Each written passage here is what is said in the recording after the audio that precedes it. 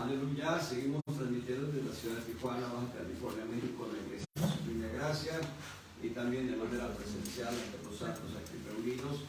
Y desde la semana pasada ya tenía en mi corazón hablar de uno de los siguientes temas que pudiera ser el discipulado, el corazón, o cuál es la capacidad del corazón, o también el pacto de familia, pero vamos a distribuir por lo menos dos de estas enseñanzas, una para el día de hoy y otra para los miércoles, dado que los miércoles hemos agotado ya la enseñanza basada en 2 de Timoteo capítulo 2.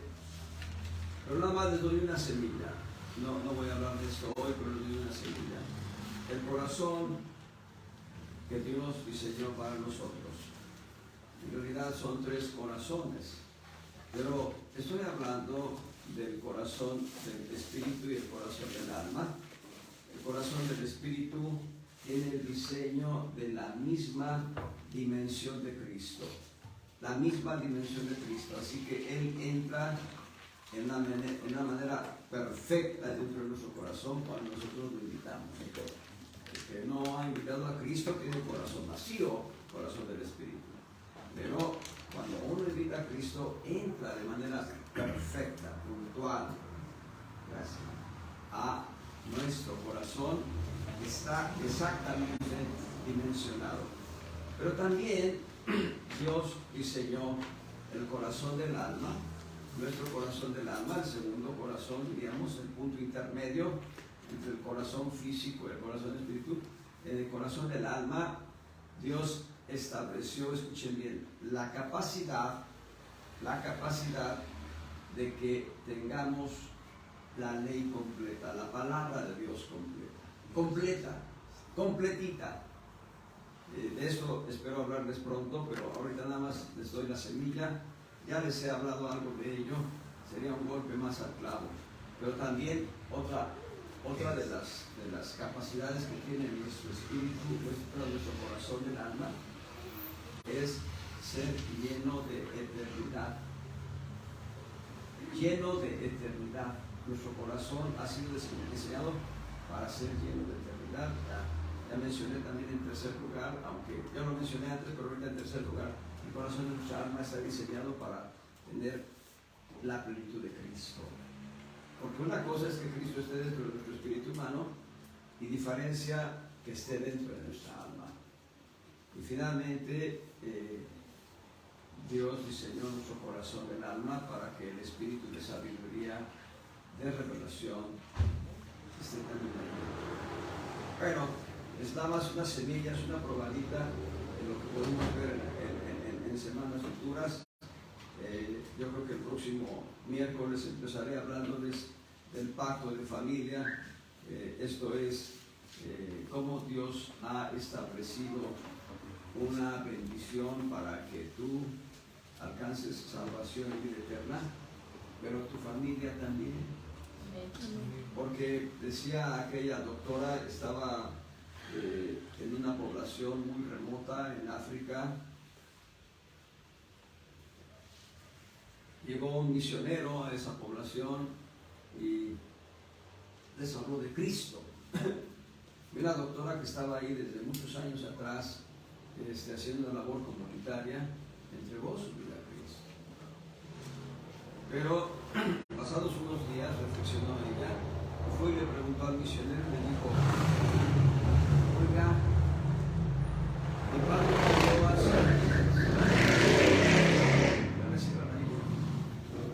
padre murió hace un mes y ¿dónde está su alma?, dijo ella. Ella acababa de entregar su vida a Cristo. El misionero dijo: bueno, pues si él entregó su vida a Cristo, pues está en el cielo, pero si murió sin Cristo, indefectiblemente está en un lugar de tormento. Ella le dijo: ¿desde cuándo es usted misionero? Dice: desde hace 30 años. Dice: ¿por qué hasta hoy vino? Ella estaba anhelante de que su padre también estuviera en el mismo lugar al cual ella iría cuando partiese de esta tierra. Pero para nosotros hay una buena noticia, hay un pacto de familia del cual hablaré los próximos miércoles o el miércoles próximo, y si hay más tiempo, si hay más amplitud del tema, pues en 1 o 2 semanas, 3 semanas, lo veremos los miércoles. Pero veamos hoy el discipulado. La palabra discípulo, discipulado viene de discípulo. Discípulo viene de disciplina. La palabra discipulado, la palabra discipulado viene de discípulo. Y la palabra discípulo viene de disciplina. Y la palabra disciplina no necesariamente es la aplicación de azotes en la espalda. La palabra disciplina corresponde a la dedicación que alguien pone para fabricar, para diseñar, para construir algo o para aprender algo. La palabra disciplina, el primer orden, corresponde a un conjunto de prácticas que te llevan a entender o aprender algo de la vida.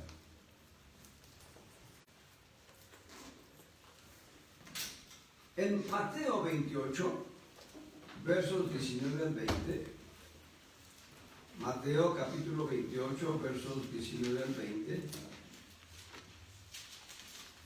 el Señor Jesucristo dice: por tanto, id y doctrinad a todos los gentiles, bautizándolos en el nombre del Padre y del Hijo y del Espíritu Santo, enseñándoles que guarden todas las cosas que os he mandado, y aquí yo estoy con vosotros todos los días hasta el fin del mundo.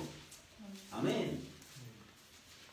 En el verso 19 dice doctrinar, la versión antigua de Casiodoro de Reina Inspirada de Varela, dice, por tanto, y doctrinar. Esa palabra doctrinar, en un sentido literal, quiere decir hacer discípulos. Hacer discípulos. Y en realidad esto forma parte de lo que es la gran comisión que Dios ha dado a la iglesia. Una vez que tú te conviertes a Cristo, Dios quiere que más allá de ser un, perdón que lo diga de esta manera, simple creyente, más allá de ser un creyente, Dios quiere que seas discípulo. Y el discípulo va a hacer más discípulos. Y los discípulos que haga harán discípulos. Él está diciendo al Señor, este es uno de los diferentes mandamientos de la gran comisión. Dice, id, número 1, doctrinad o hacer discípulos, número 2, bautizándolos en el nombre del Padre, del Hijo y del Espíritu Santo, y número 3, y número 4, enseñándoles que guarden todas las cosas que os he mandado, y aquí yo estoy con vosotros todos los días hasta el fin del mundo. Son 4 principios de la gran comisión, 4 mandamientos, 4 ordenanzas. Y debo decirles, no es si queremos, son esos, son mandamientos, son ordenanzas, son normas. Ahora, que yo la cumpla o la deje de cumplir, es mi relación con Dios. Si yo la cumplo, galardón tendré. Si no la cumplo, reproche tendré. ¿Dónde? En el tribunal de Cristo. En el tribunal de Cristo se proyectará mi calidad de vida. Ahí se va a proyectar si mi vida fue ejemplar, si mi vida fue un testimonio de la gente para que conociesen la verdad, o si mi vida fue la de un cristianito que se la paseaba en una vida light, una vida más o menos, un pie en el mundo y un pie en la iglesia. El discípulo, vamos a ver ahorita diferentes características, 7 características del discipulado. El discípulo es diferente a tener una vida licenciosa en el mundo. El Señor va a decir algo interesante en el verso 18. Estoy todavía en Mateo 28, el verso 18. Llegando Jesús les habló diciendo: toda potestad, toda autoridad, todo poder me ha sido dado en el cielo y en la tierra. Debes saber algo: el poder de Cristo ha sido dado a la iglesia para que la iglesia cumpla la gran comisión. Y ese poder lo vemos nosotros reflejado en Marcos capítulo 16, versos 15 al 18. Ahí, en Marcos 16, del 15 al 18, están 5 provisiones de la gran comisión para cumplirla. Es decir, en Marcos 16, del 15 al 18, hay 5 provisiones de Dios para que cumplamos la gran comisión. Va a decir algo similar, dice, a ver, vamos a verlo, en memoria, a veces la memoria falla. Dice: id por todo el mundo, predicad el evangelio a toda criatura. El que creyere y fuere bautizado será salvo, mas el que no creyere será condenado. Y estas señales seguirán a los que creyeren. En mi nombre echarán fuera demonios. 1. Nos ha dado autoridad sobre el reino demoníaco. Hablarán nuevas lenguas. 2. Nos ha dado autoridad sobre el reino del yo. El yo. Dice: quitarán serpientes. Número 3. Nos ha dado autoridad sobre el reino animal.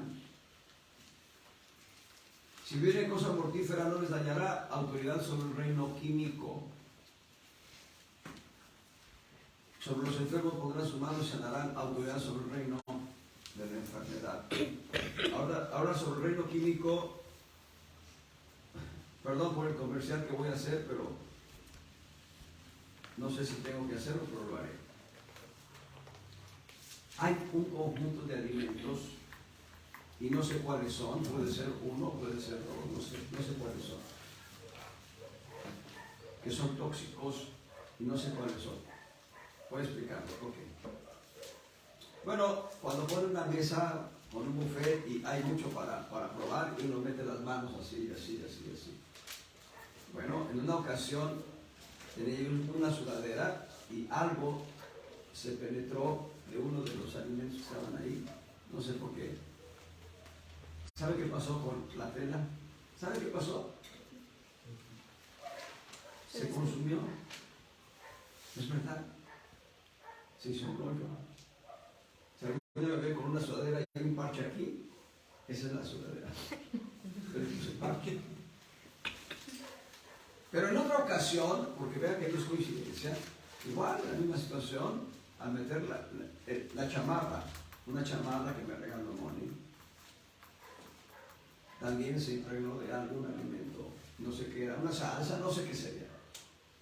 Y también la tela se carcomió, se hizo un hoyo y le puse otro parche. Así que cuando vean que uso esa chamarra que tiene aquí el nombre de la marca, es verdad, ¿eh? Bueno, si viene cosa mortífera. Ya hace años hablábamos de los alimentos que son procurados con hormonas de crecimiento. Los animales que reciben hormonas de crecimiento no asimilan las hormonas se quedan en la carne, y cuando uno come esa carne, come hormonas de crecimiento.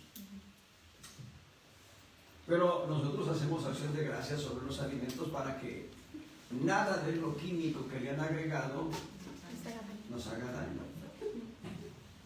El queso, bueno, hay queso que no es queso, hay yogur que no es yogur. Voy a regresar, ¿no? Perdón. 5 herramientas de la gran comisión. En realidad, Dios nos ha dado autoridad sobre 7 reinos, y aquí hay 5 reinos sobre los cuales nos ha dado autoridad para que cumplamos la gran comisión. El Señor nos ha dado autoridad sobre el reino demoníaco, el reino del yo, el reino químico, el reino animal y el reino, bueno, de la enfermedad. Otros 2 reinos nos ha dado autoridad sobre el reino angelical y sobre el reino del espacio. Pero aquí hay 5 reinos, o hay 5 principios de autoridad y de poder que nos da el Señor. Por eso, cuando en la gran comisión, en Mateo 28 dice: Toda autoridad me ha sido dada en los cielos y en la tierra. Él nos está diciendo, esa autoridad se nos dio a ustedes.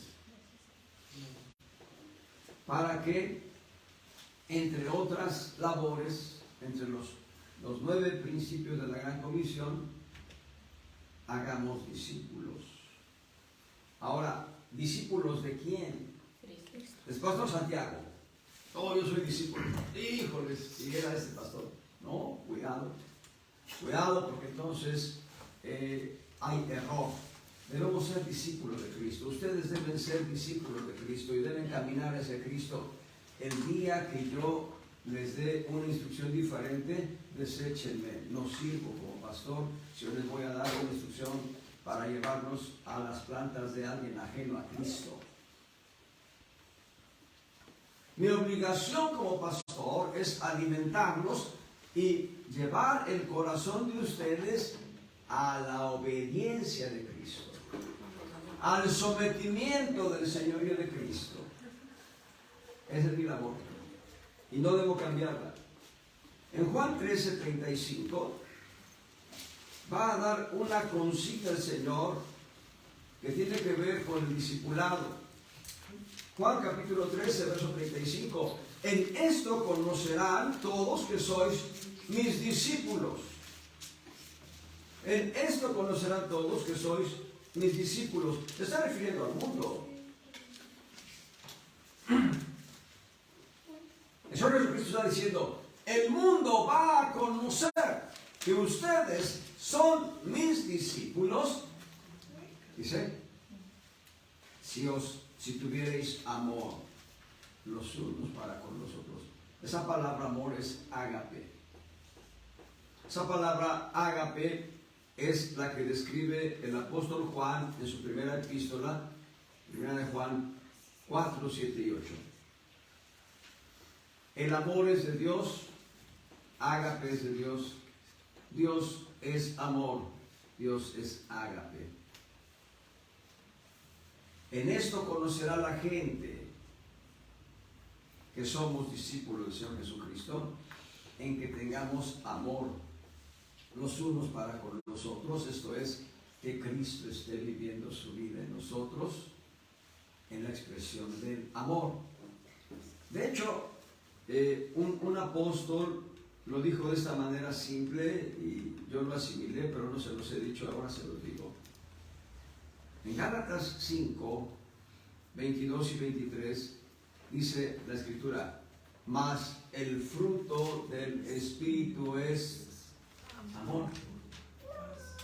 Todo lo demás no es que sobre, sino todo lo demás es complemento, porque con el fruto amor está dicho todo. Todo, porque esa palabra amor es ágape. Amor que es de Dios, amor que es Dios mismo. Vamos a ser conocidos por la gente en la medida que el amor de Dios permee a través de nosotros, transpire a través de nosotros. Hechos 1:26. Hechos 11, corrijo, pónganle otro 1. Hechos capítulo 11, verso 26. Y conversaron todo un año allí con la iglesia y enseñaron a mucha gente, y los discípulos fueron llamados cristianos primeramente en Antioquía. Los discípulos. Vean lo que está diciendo. En el contexto vemos el cumplimiento del mandamiento del Señor, porque dice, conversaron todo un año ahí con la iglesia y enseñaron. Y la expresión enseñar tiene que ver con discipulado. Y los discípulos fueron llamados cristianos primeramente en Antioquía. Hermano Maurice Ribola afirma que la palabra cristiano fue utilizada en un sentido despectivo, en un sentido ofensivo, en un sentido peyorativo. Bueno, tal vez sí. Por ahí, cuando Maurice había visitado ya muchos países de África, ministrando a diferentes iglesias, algunos creyentes en Cristo se les empezó a llamar ribolianos, porque les morís ribolá. Eso no es correcto. No es correcto, pero eso lo decía la gente ajena a la iglesia. Y nosotros somos cristianos, nada más cristianos, sin apellidos, sin sobrenombres, cristianos. Pero ¿por qué somos cristianos? Y siguiendo ya esta línea, bueno, aquí se les llamó cristianos por primera vez.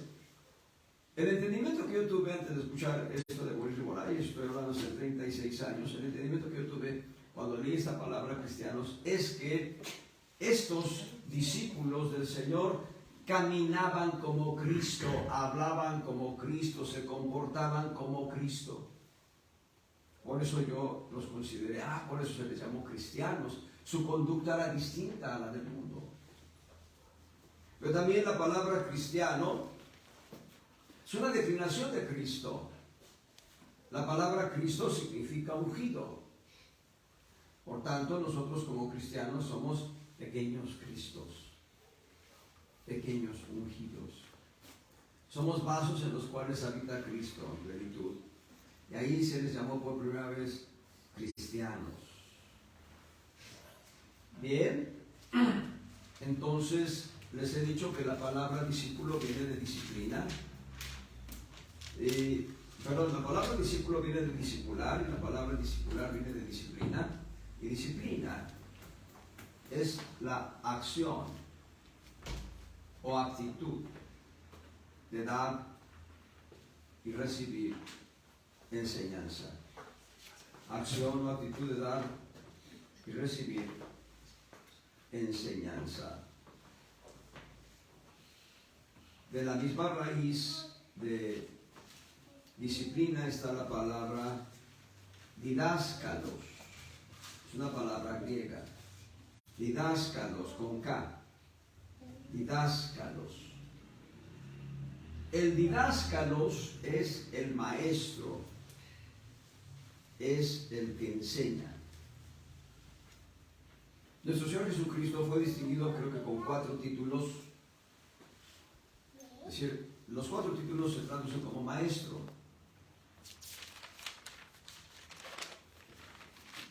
Pero los 4 títulos con los que fue distinguido nuestro maestro es el didáscalos, el que enseña. El paidagogos, de ahí la palabra pedagogo, de ahí la palabra pedagogía. Paidagogos, el que tiene las técnicas de enseñanza, el que sabe las técnicas para aplicar el conocimiento al discípulo. El paidagogos. Él es el didáscalos, él es el paidagogos. Hay otra palabra, no me gusta mucho, pero he oído a algunos pastores decir que él es el deicodespotes. Es palabra griega. Deicodespotes. Esa palabra es raíz de déspota. Pero él, como deicodespotes, no solo enseñaba, sino imponía. Pero hay una vinculación muy preciosa. Él no imponía por la fuerza. Él imponía por la fuerza del amor.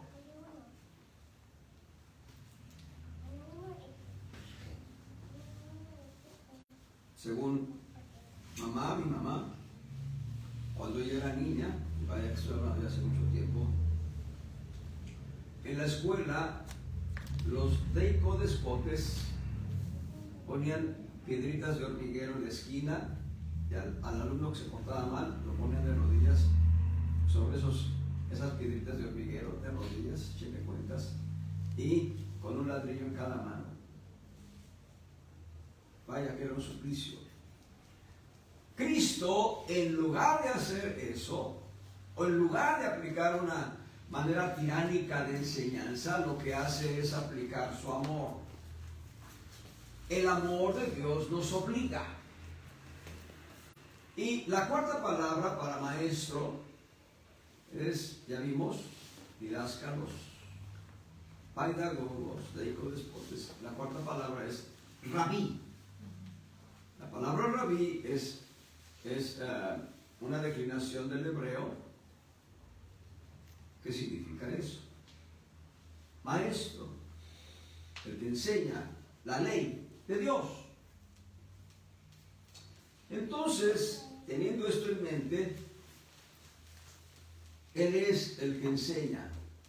Él es el que conoce los métodos de enseñanza.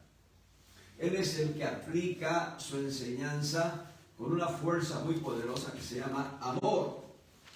Y lo único que enseña Él es la palabra de Dios. Hay maestros en diferentes disciplinas, pero Él es el que enseña por excelencia la palabra de Dios. Y los discípulos son aquellos que son enseñados y entrenados por el maestro. Hay discípulos, por ejemplo, Platón. Antes de Platón, ¿quién fue? Sócrates. Sócrates fue maestro de Platón en la filosofía griega. Platón fue maestro de Aristóteles, ¿verdad? Y cada uno superó al maestro. Bueno, en el caso nuestro, nosotros somos enseñados por Cristo y no estamos para superar a Cristo, pero sí para llegar a su nivel. Amén. Para llegar a su estatura.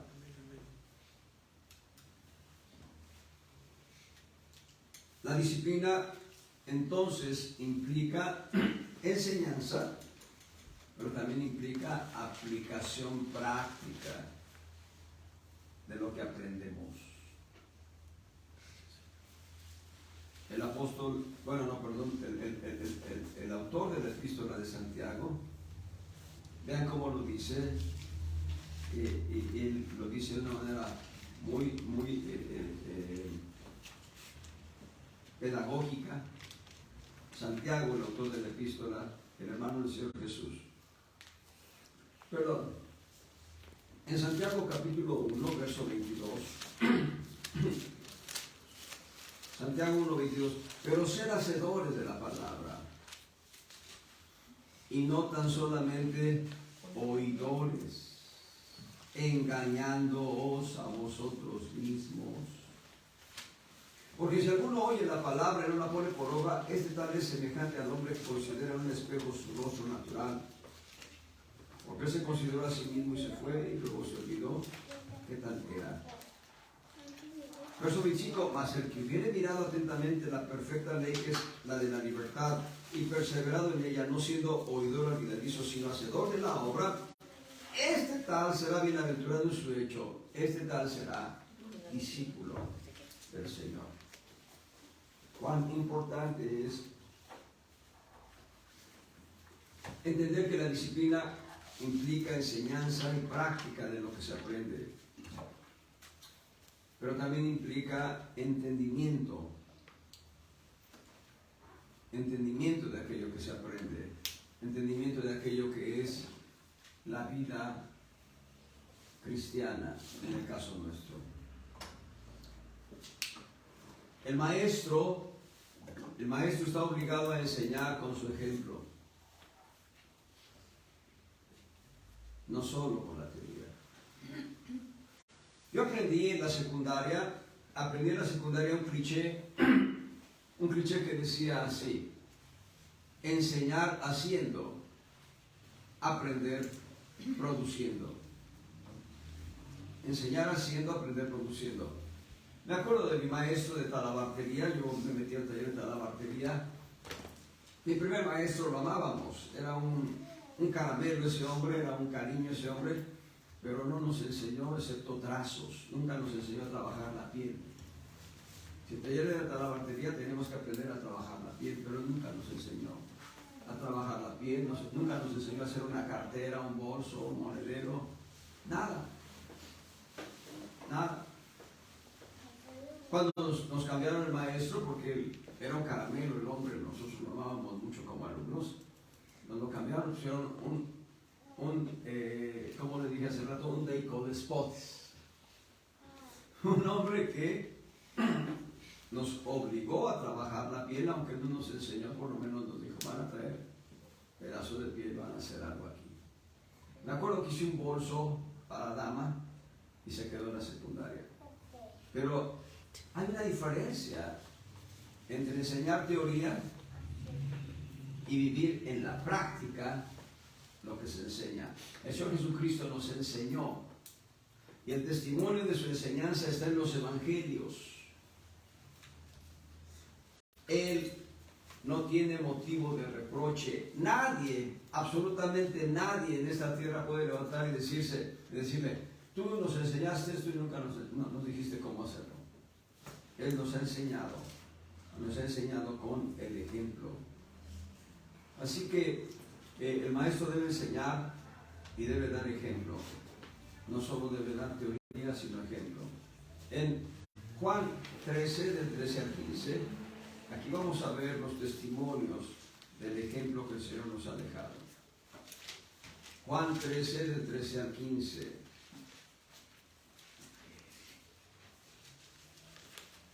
Vosotros me llamáis maestro y Señor, y decís bien porque lo soy. Aquí está hablando el Señor Jesucristo directamente. Pues si yo, el Señor y el Maestro, he lavado vuestros pies, vosotros también debéis lavar los pies los unos a los otros, porque ejemplo os he dado para que como yo os he hecho, vosotros también hagáis. Gloria al Señor. Él no solo dejó el mandamiento de lavar los pies, Él se ciñó una toalla y lavó los pies de sus discípulos. Y ahora consideren, hermanos, bueno, hoy nosotros tenemos la provisión de calcetines, de calzado que cubre nuestros pies, que nuestros pies están más o menos bien, ¿verdad? Aquellos discípulos tenían polvo en sus pies, tal vez lodo ya hecho costra en sus pies que estaban algunos con grietas por el duro trabajo de la vida. Y el Señor se humilló y puso sus pies en el brillo y los lavó con tal cuidado y tal esmero. Aquellos pies quedaron de relumbrón y el que tenía los pies limpios decía, ya no tengo ganas ni de caminar en el piso. Hermanos, ¿qué ejemplo nos ha dado el Señor? Y ese es apenas uno de los muchos testimonios de su ejemplo a seguir. En 1 Pedro 2:21, el apóstol va a poner en evidencia igual el testimonio del Señor Jesús. 1 Pedro capítulo 2, verso 21, porque para esto sois llamados, pues que Cristo padeció por nosotros. Aquí ya no es el lavatorio de pies, aquí es el padecimiento de Cristo, dejándonos ejemplo para que vosotros sigáis sus pisadas. Ejemplo sacrificial del Señor. Mateo 11:29, el Señor va a exhortarnos que aprendamos de Él. Mateo 11:29, llevad mi yugo sobre vosotros y aprended de mí, que soy manso y humilde de corazón, y hallaréis descanso para vuestras almas, reposo. Consideremos esto. En la primera perspectiva de Juan 13, previo a decirnos, vosotros me llamáis maestro y Señor y decís bien porque lo soy. Si yo, el Señor y Maestro, os he lavado los pies, así debéis ser vosotros. Ahí nada más habla del lavatorio de pies. Pero Pedro habla del sacrificio de Cristo. Y ahora el Señor Jesucristo nos habla de cualidades del alma en cuanto a humildad y mansedumbre. El Señor quiere que nuestra alma camine en mansedumbre y humildad, no viendo lo que es nuestro, sino humillándonos para servir a los demás. Ya no solo es el sacrificio o la actitud sacrificial, ya no solo es el hecho de entregarnos a la muerte, si es necesario por salvar a alguien de la familia de Cristo, sino es el hecho de caminar en mansedumbre y humildad. Atributos de Cristo, cualidades de Cristo. Mateo 7, 28 y 29. Mateo 7, 28.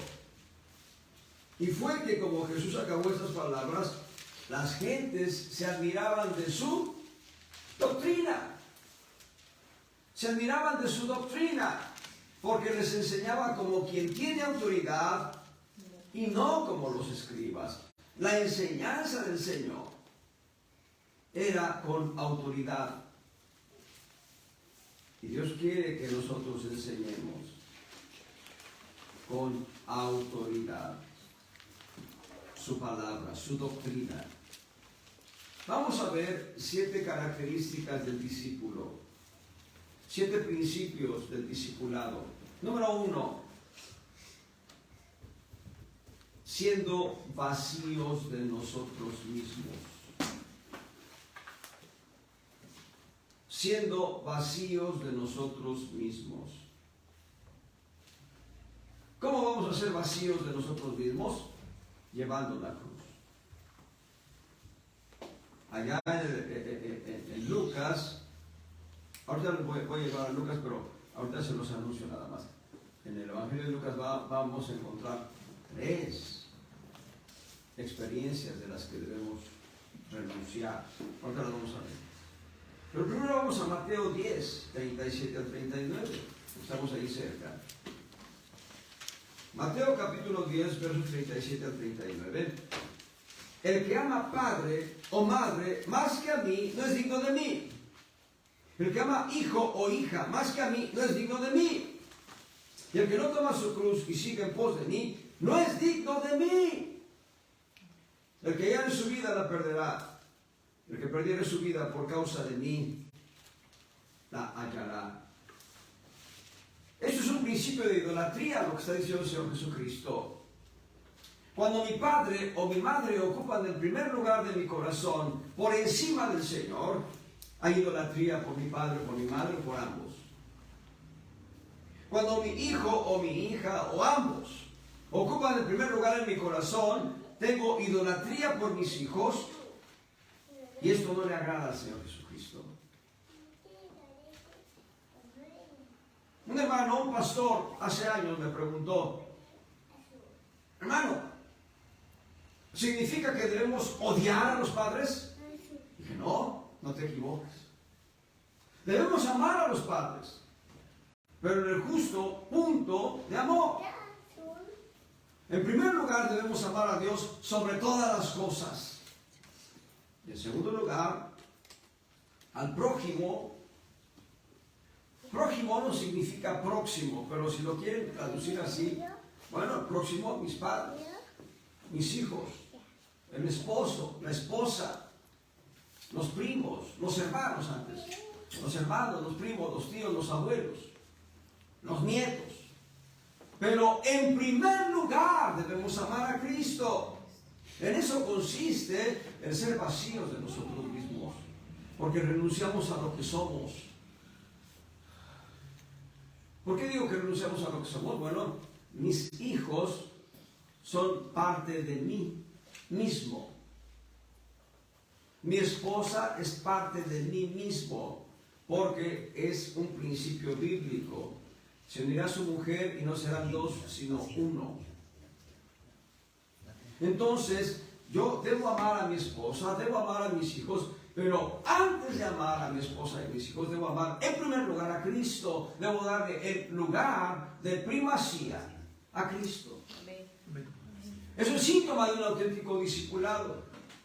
Cuando yo dejo que mis hijos hagan lo que ellos quieran, para que no se levanten contra mí en una actitud de rebelión y me empiecen a hablar, y tú así, tú así, tú así. Ah, pues no, hijo, no está bien, todo lo que tú quieras. Entonces vienen las crisis y las tragedias. Familias con hijos drogadictos, porque los padres no quisieron ejercer la autoridad en tiempo y forma. Familias con hijos perversos.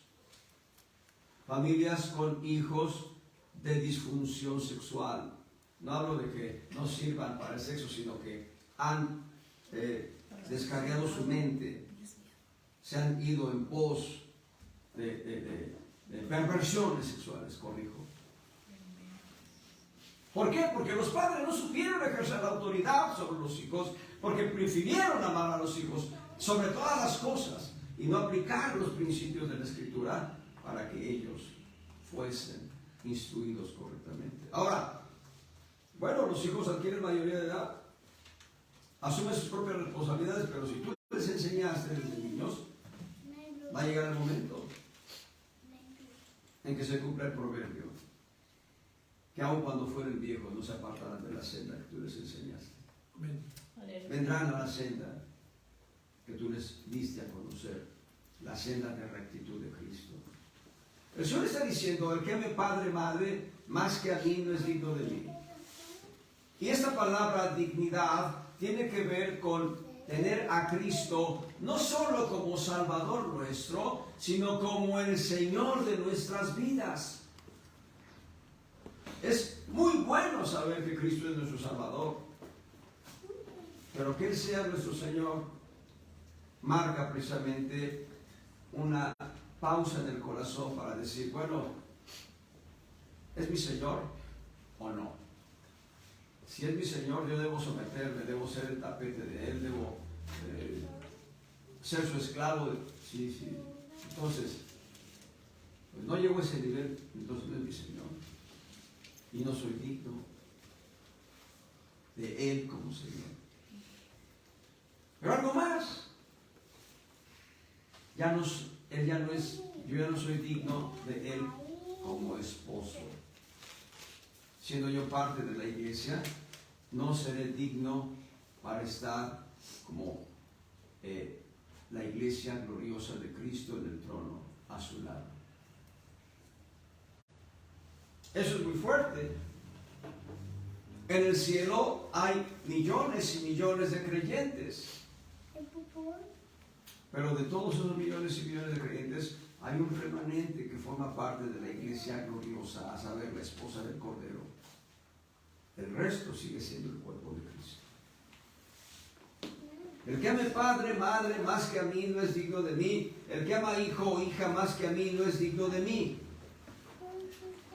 En la perspectiva de ser el esposo de la iglesia gloriosa.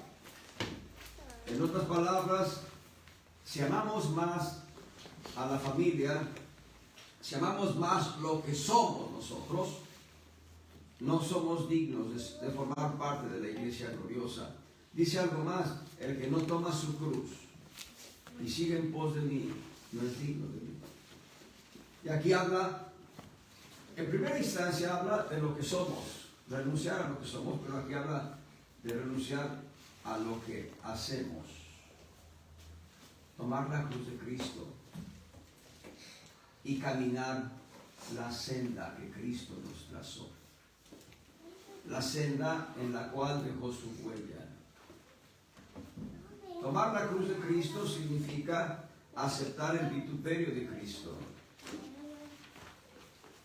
Tomar la cruz de Cristo significa que nos señalen: tú eres el aleluya. Aleluya. Incluso que padezcamos bullying por ser de Cristo. A nosotros no nos ha tocado, hermanos. No, yo no lo deseo, pero no nos ha tocado. Hace 50 años, hace 60 años, 70 años, antes de que yo naciera, después en el tiempo que yo nací, y poco después cuando yo crecía apenas. Ser aleluya era motivo de burla y de mofa. Yo conocí ancianos, ya los conocí ancianos, pero cuando ellos eran adultos, ellos fueron a prisión por ser cristianos. Eso que les digo es verdad. Y conocí a un precioso hermano en Cristo, hermano Agapito Ramos. Él fue abogado. Yo pienso que ya él está en la presencia de Dios, pero yo lo conocí ya septuagenario hace más de 30 años. Y ese varón me contó que en el estado de Hidalgo hubo una matanza de cristianos. Conocí al hermano Agapito Ramos y conocí al pastor de la iglesia de Pueblo Nuevo en el estado de Hidalgo, muy cerca de Ixmiquilpan, en el estado de Hidalgo. Y los dos coinciden en el testimonio. Ese pastor sufrió persecución e intolerancia. Muy joven entregó su vida a Cristo y él y su esposa tenían que subirse al monte a dormir porque por la noche llegaban y baleaban la casa de ellos.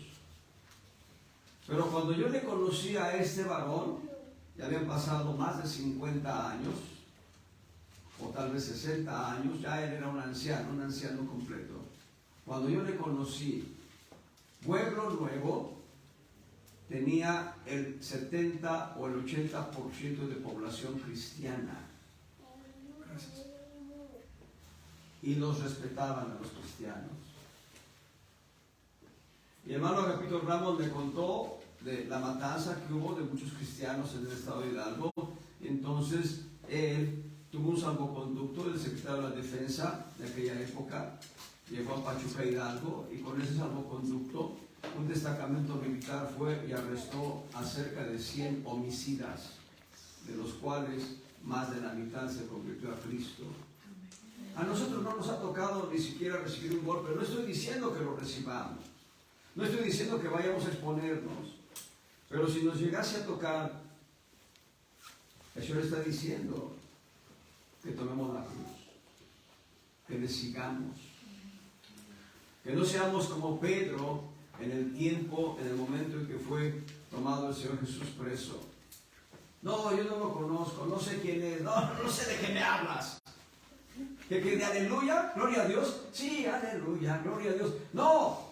Y empezamos a negar al Señor porque tenemos miedo a la intolerancia y a la persecución. El Señor dice que hay que tomar la cruz y seguirle todos los días. Todos los días. Cuando tú has sido vituperado y has soportado el vituperio con la gracia del Señor, eres bienaventurado. Gloria al Señor. Y dice todavía,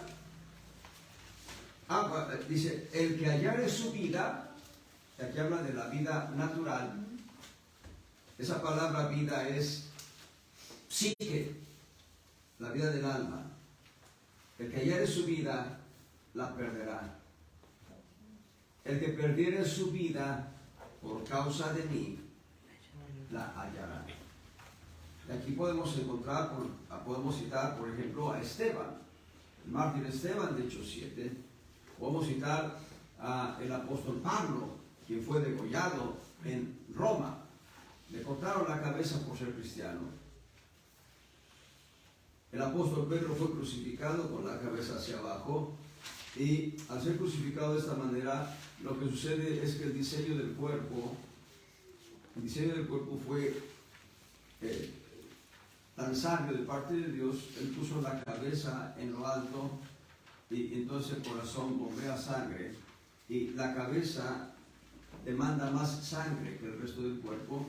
Así que consideren cuando el apóstol Pedro fue crucificado con la cabeza hacia abajo, toda la sangre se agolpó en el cerebro, hasta provocar un derrame cerebral o muchos derrames cerebrales y la muerte misma.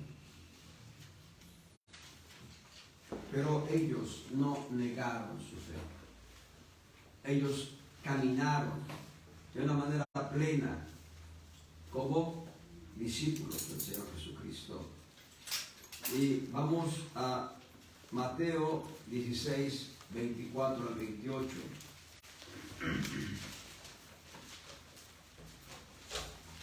Mateo capítulo 16, versos 24 al 28.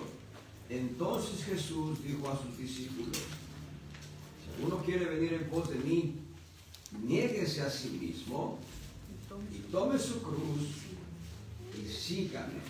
Porque cualquiera que quisiere salvar su vida, vida del alma, la perderá. Y cualquiera que perdiere su vida, vida del alma, por causa de mí, la hallará. Y aquí están, estos tres principios los vamos a ver también en Lucas, pero aquí está diciendo el Señor, si alguno quiere venir por de mí, dice, niéguese a sí mismo, lo que somos. Tome su cruz.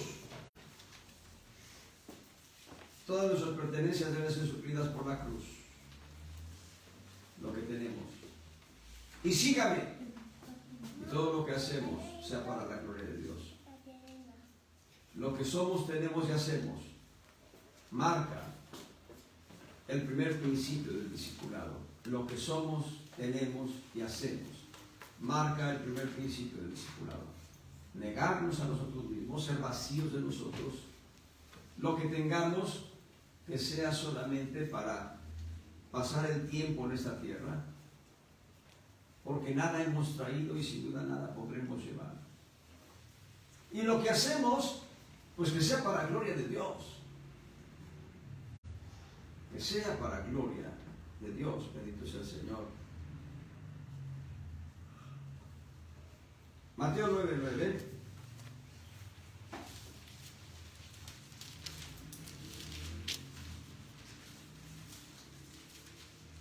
Y pasando Jesús de ahí, vio a un hombre que estaba sentado al banco de los públicos tributos. Estoy en Mateo 9, capítulo 9, verso 9.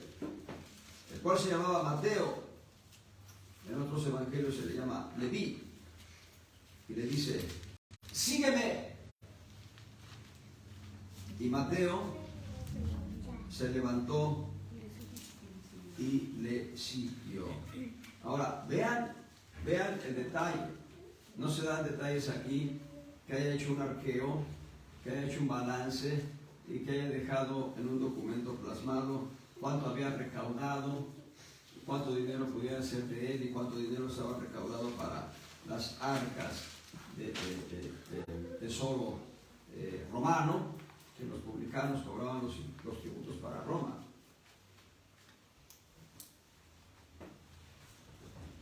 No se dice nada. Dejó el banco, dejó la mesa, dejó todo, aquí dice, y le siguió. Mateo renunció a lo que él era. Él era un publicano. En la visión de los judíos, como publicano, era mal visto, era rechazado. La gente lo detestaba. No solo a él, sino a todos los cobradores de impuestos, los detestaba. Y Mateo renunció a lo que él era, pero porque delante de Roma, él tenía una dignidad. Delante de Roma tenía una dignidad, la de ser cobrador de impuestos, y esa dignidad le permitía a todo publicano abusar. Debes pagar 100, pero te voy a cobrar 120. No, espérate, son 100, 120. Y si no, a ver, soldados, denles unos azotes estos. De todos modos vas a pagar 120 con azotes y sin azotes. Tú dime. No, pues a mí mejor sin azotes. 100 para el tesoro de Roma, 20 para mi bolsa. El que sigue. Eso podían hacer los publicanos. Abusar. Así que Mateo renuncia a su dignidad de cobrador de impuestos. Deja el tesoro sobre la mesa. No dice aquí que lo haya dejado a alguien encargado, no dice aquí que ha hecho una arqueo. Deja el tesoro sobre la mesa. Y sigue al Señor. Yo conocí un ministro de Dios, Albert Roma. Lo conocí en una iglesia en la Ciudad de México. Él tenía no sé cuántos títulos universitarios. El día que entregó su vida a Cristo los quemó. Dijo, esto no me sirve. Ahora yo soy de Cristo. Ahora no digo que vayas y quemes tus títulos. Lo que sí puedes hacer es decir, mi título está a los pies de Cristo. Amén. Pero estoy diciendo que es cómo actuó este varón. Así que hay que rendir lo que somos, lo que tenemos y lo que hacemos ante el Señor. Vean ahora sí Lucas 14. Y aquí está muy ilustrativa la enseñanza. En Lucas 14, del 16 al 20. Lucas 14, del 16 al 20. Él entonces le dijo: un hombre hizo una gran cena y convidó a muchos. Esta cena, en esta parábola, escuchen bien, esta parábola de esta cena habla de las bodas del Cordero. Las bodas del Cordero. En la práctica, por lo menos de la sociedad mexicana, no sé si en el mundo sea igual, pero en la práctica de la sociedad mexicana, oye, te invito a mi boda, oh, ahí voy a estar.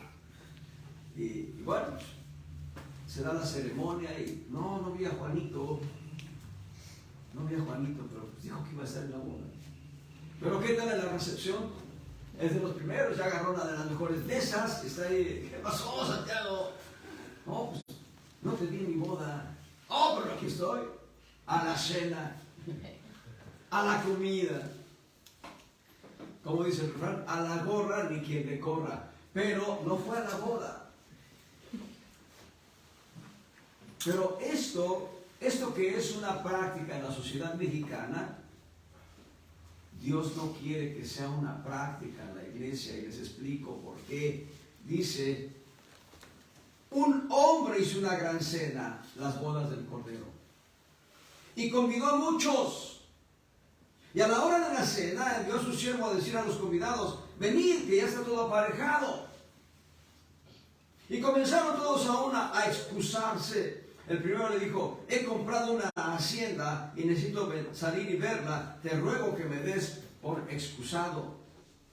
El otro dijo: he comprado 5 yuntas de bueyes y voy a probarlos, ruégote que me des por excusado. Y el otro dijo: acabo de casarme y por tanto no puedo ir. Y cuando el siervo hizo saber estas cosas a su señor, ya me pasé de la lectura, pero quiero seguir leyendo. El 21 dice: entonces, enojado, el padre de la familia, en este caso Dios, dijo a su siervo: ve rápido, ve pronto, ve presto por las plazas y por las calles de la ciudad y mete acá los pobres. Y podríamos decir aquí los pobres en espíritu, a la manera de Mateo 5, verso 3. Y los mancos, y los cojos, y los ciegos. ¿Saben una cosa? Dios estableció un llamamiento para la nación de Israel. Y les dio el llamamiento de ser un pueblo especial. Hay una palabra en hebreo que es segulá. Esa palabra segulá en hebreo habla de especial tesoro. Dios llamó a Israel para ser su especial tesoro. E Israel se fue en pos de ídolos, en pos de dioses. Los mismos conocedores de la ley no conocieron la visitación de Dios cuando Dios tomó forma humana y habitó entre su pueblo. Lo rechazaron. Y cuando escuchan la confesión del Señor de que Él es el Hijo del Bendito, en lugar de reconocerlo como el Hijo de Dios, lo llevaron a la cruz. Ese es el mensaje. Aquí está lo que somos, tenemos y hacemos. En el verso 20 se describe lo que somos. Acabo de casarme. No serán 2, serán 1. Entonces, este invitado a las bodas, antepuso lo que él era. Pudo decirle a su esposa: oye, vamos juntos a la cena. No, pues acabo de casarme. Aquí está lo que somos, pero el verso 19 habla de lo que hacemos. He comprado 5 yuntas de bueyes.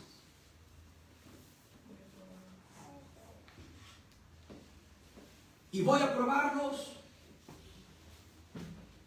¿Acaso no podía probarlos un día después de las bodas o una semana después de las bodas. Claro que podía, una semana después de las bodas. Pastor, le hablo para decirle que no voy a la iglesia porque estoy trabajando los domingos. No hablo de ustedes. Hablo de alguien que trabaja los domingos.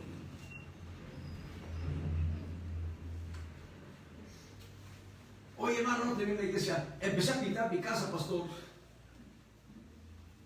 Oye, pero por lo menos prográmate para... No, pastor. Mi casa es mi casa. Perdón, me fui lejos, porque eso es lo que tenemos. El verso 18, el primero dijo, he comprado una hacienda y necesito salir y verla. Lo que tenemos. Anteponemos lo que somos, tenemos o hacemos para no ser discípulos del Señor.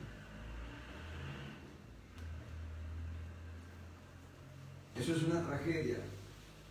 Ya somos creyentes, todos somos creyentes, gloria al Señor. Ya somos salvos por la gracia del Señor, pero cuando yo antepongo lo que soy, les he contado este testimonio una o dos veces. Durante el tiempo que yo trabajé en el tribunal como un secretario de acuerdos, no como magistrado, sino como un secretario de acuerdos, yo tenía una Biblia que, por cierto, pues la extravié en un viaje.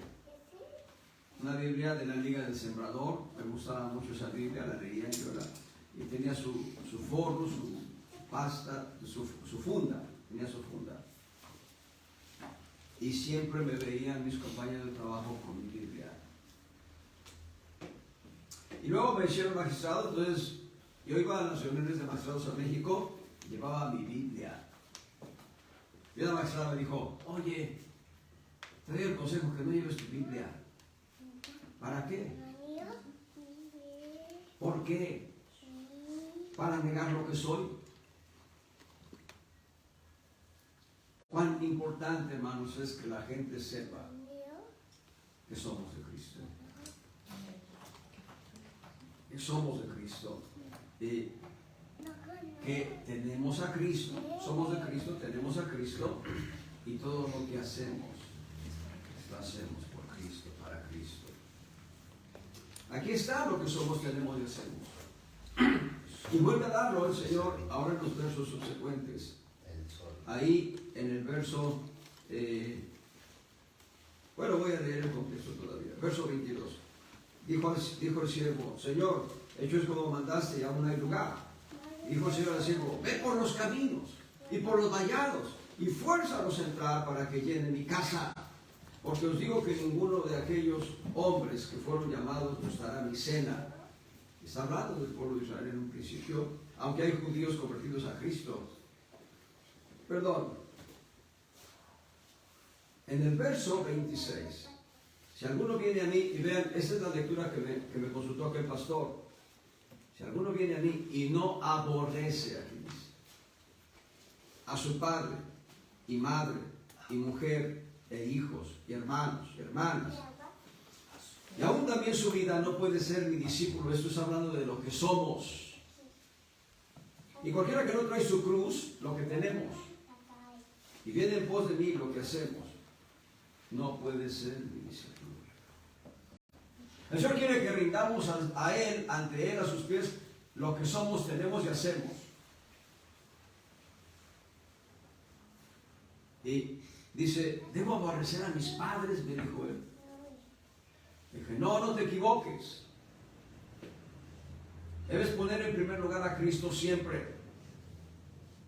El Señor está diciendo que lo hagamos por Él, por Cristo. No está diciendo que aborrezcamos a nuestros padres en un sentido literal, sino que el primer lugar en nuestro corazón sea Cristo siempre. Aleluya. Porque el mismo Señor Jesucristo lo va a decir en punto de equilibrio en otro evangelio. Dice, ustedes transgreden la ley porque dicen, basta con que yo diga es corbán, todo lo que pueda dar al Señor, todo lo que pueda darte a ti, a mis padres, para dárselo al Señor. Dice, con eso transgreden la ley.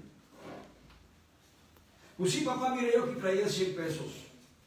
Sé que te hace falta para los frijoles, pero en lugar de dártelos a ti, se los voy a dar al Señor. Ahí está, a la ofrenda. Oye, pero no voy a comer hoy entonces. Cuando siento, papá, pues no te alcanzó la pensión. Y entonces dice, primero hay que honrar a los padres. Tengo 100 pesos. En lugar de darlos de ofrenda, se los doy a mi papá. Y de esa manera honro a mi padre, honro a mi madre. Bueno, pensemos a la mamá, no al papá, sino a la mamá. Y al honrarle, estoy honrando a Cristo, estoy honrando a Dios. Si tomo como pretexto lo que voy a ofrendar a la iglesia para no bendecir a mis padres, estoy mal. Pero debo decirles que Dios va a proveerles para que bendigan a los padres, pero también para que ofrenden y diezmen a fin de que Dios les haga prósperos. Muy bien, es importante llevar la cruz. Es trascendental llevar la cruz. Juan 19, 15 al 18.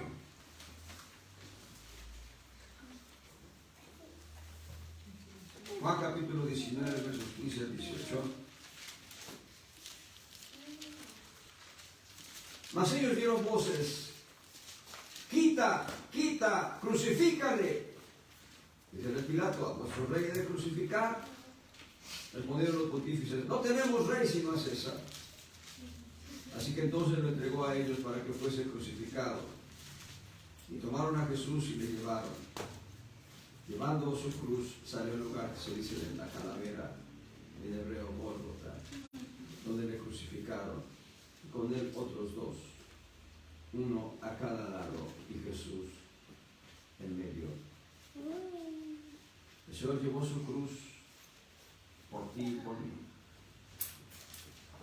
Hay un canto que dice, es muy hermoso ese canto, dice: el sacrificio que Jesús hizo en la cruz por ti y por mí es prueba del amor que Dios te puede proveer. Hay un texto paralelo en uno de los evangelios donde se habla me parece que es,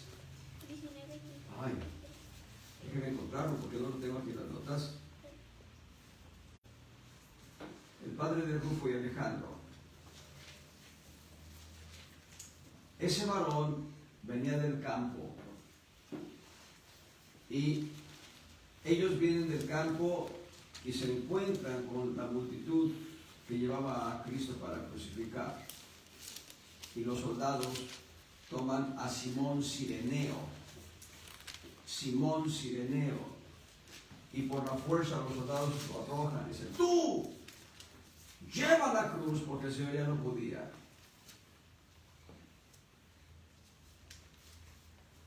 Adelante, hermano Joel. Se encuentra en Lucas 26 en adelante. Por favor, léalo, hermano Joel. Sí, la palabra del Señor se le nombra del Padre, el Hijo y el Espíritu Santo. Y llevándole, tomaron a Cirene, a Simón a de Cirene, a cierto Simón de Cirene, que venía del campo, y le pusieron encima la cruz para que la llevara tras Jesús. Bueno, hay una enseñanza que tiene que ver con el discipulado. Hay una enseñanza muy a propósito de Simón Cireneo que se titula Llevando la cruz. Es el capítulo 23, versículo 26 de Lucas. 23-26. Sí. Esa enseñanza se titula Llevando la cruz de Cristo. Y habla de cómo llegará un momento en que a nosotros nos toque, en la medida de caminar en el discipulado del Señor, nos toque llevar la cruz de Cristo. Llevar la cruz de Cristo. Gloria al Señor.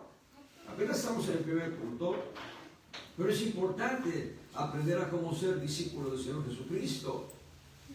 Y es Mateo 27:32, a ver qué dice Mateo.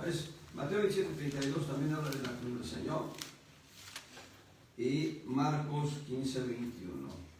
Mateo 27:32. Saliendo ya a un sireneo, aquí está. Se llamaba Simón. A este cargaron para que llevase su cruz. Gloria al Señor. Cuán importante es saber. Sí, Lucas 23:26. Sí estaba aquí en el apunte. Lo que pasa es que no lo leí. Mira qué dice Gálatas 6:14. Bueno, ya tienen los textos de Lucas, de Mateo y de Marcos 15:21 que nos hablan de llevar la cruz de Cristo. Pero vamos a Gálatas, capítulo 6:14. Gálatas 6:14. Más lejos esté de mí gloriarme, sino en la cruz de nuestro Señor Jesucristo, por el cual el mundo me es crucificado a mí y yo al mundo. Cuando llevamos la cruz, no hay de otra. En la Universidad de la Vida, en el campus El Hongo, hay un refrán no escrito, pero que se vive, que se pone en práctica.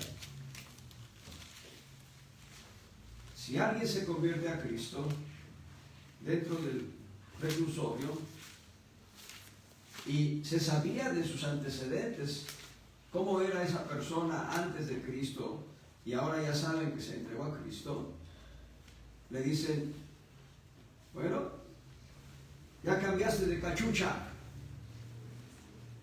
vamos a estarte vigilando, porque si das mal testimonio como cristiano, te va a ir muy mal. Si esa consigna existiera entre nosotros, no sé si fuésemos menos.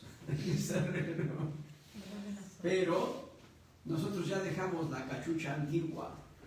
Y ahora traemos la cachucha de Cristo, traemos la playera de Cristo, traemos la cruz de Cristo. Así que dice el apóstol, dice, lejos esté de mí gloriarme sino en la cruz de nuestro Señor Jesucristo. Y en el verso 17, de aquí adelante nadie me sea molesto, porque yo traigo en mi cuerpo las marcas del Señor Jesús. Y por decirles algunas de las marcas del Señor Jesús, ya las mencioné antes, pero ahora para que las conozcan: mansedumbre, humildad, amor, gozo, paz, fruto del Espíritu, carácter de Cristo. Esas son las marcas del Señor. Las marcas del Señor Jesús es el fruto del Espíritu de Cristo. Así que, Gálatas 2:20.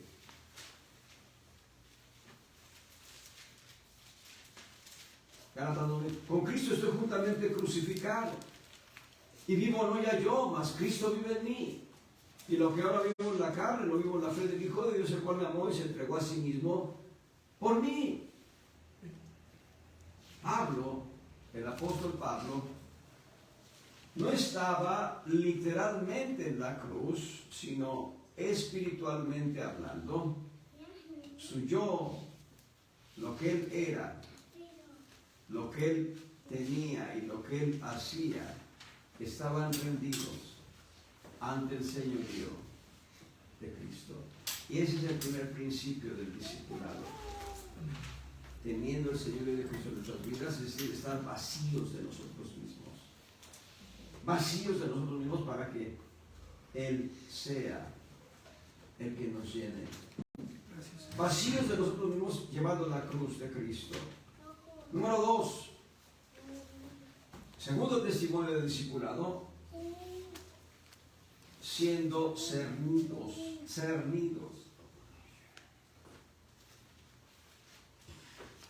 siendo separados del mundo,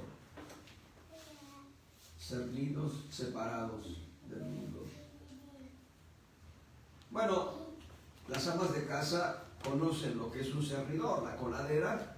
Bueno, echan la harina y le dan golpes para que si hay algún sedimento en la harina, no se vaya en lo que van a preparar. Y el sedimento lo tiran y la harina que ya está cernida la utilizan. Cualquier tipo de harina, ¿verdad? Harina de trigo para preparar pan o pasteles, harina de arroz para preparar el atole, qué sé yo. El nixtamal para preparar la harina de maíz para preparar tortillas, tlacoyos, tamales. Hacen ese cernimiento. Bueno, en el trabajo de la construcción, bueno, hay unos servidores grandes, se pone la arena y se va echando la arena. Entonces quedan unas gravillas, pero la arena abajo queda fina. Esa arena fina se utiliza para ciertos trabajos de la construcción, pero la gravilla también se utiliza en otro tipo de labor de la construcción. Siendo cernidos, nos habla de ser separados del mundo. Estamos en el mundo, pero ya no somos del mundo. Mateo 14, 12 al 13. Hoy vamos a parar en unos minutos más, pero vamos a dejar la introducción de este punto 2 en Mateo capítulo 14, versos 12 y 13.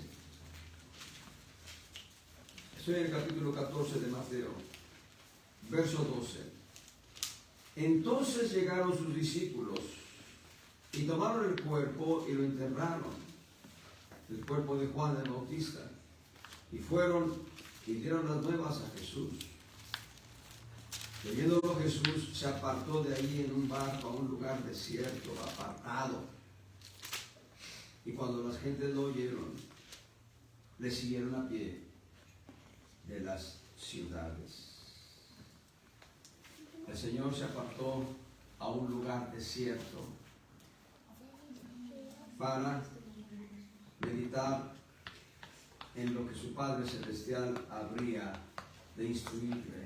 Juan el Bautista acababa de morir, había sido degollado. Herodes le mandó cortar la cabeza. La otra ocasión salió el tema de Herodes, ¿verdad? Hay como 6 o 7 Herodes, hermanos. Herodes el Grande, Herodes el primero, tuvo varios hijos a los cuales se llamó Herodes. Herodes Filipos, Herodes Antipas, etcétera, etcétera. Bueno, ahí vamos a parar por hoy, pero el segundo punto es siendo cernidos, siendo separados para seguir al Señor. Un discípulo del Señor se separa. Hay un canto que dice: dejo el mundo y sigo a Cristo. Amén. Dejo el mundo y sigo a Cristo. Y aquel varón que trabajaba para los bares y centros nocturnos haciendo las instalaciones eléctricas, dejó ese trabajo y empezó a sufrir por causa de ausencia de empleo. Pero él estaba haciendo lo correcto. Había un artista, un auténtico artista. No necesitaba trazos, no necesitaba diseñar nada. En su mente estaba el diseño. Tomaba un trozo de yeso y una lesna. Sacaba un rostro, sacaba unas manos. Él diseñaba piezas para los ataúdes. Y el patrón le enseñaba, le pedía que diseñara diferentes piezas de pecado, y cuando él entregó su vida a Cristo dijo: no voy a hacer más eso porque soy de Cristo. Ese varón en yeso troqueló trozos de yeso para formar los sacerdotes. Un hermano en Cristo, hermano Rogelio Guzmán Arredondo, hizo el tabernáculo en la octava parte, no, como la 12ª parte de lo que es esta área. Hizo el tabernáculo, las cortinas, todo eso. Y este varón que sabía hacer figuras en yeso, troqueló con buril, trozos de yeso e hizo los sacerdotes. Una obra excelente, y dejó de hacer aquellas figuras de maldad y de pecado cuando él entregó su vida a Cristo. Dejo el mundo y sigo a Cristo, siendo servidos, siendo separados para Cristo. Síntoma de un auténtico discípulo del Señor. Así que tenemos 2 puntos. El segundo lo vamos a complementar la próxima semana. El primero, vacíos de nosotros mismos para llevar la cruz. Segundo, cernidos, separados del mundo. Dios bendiga.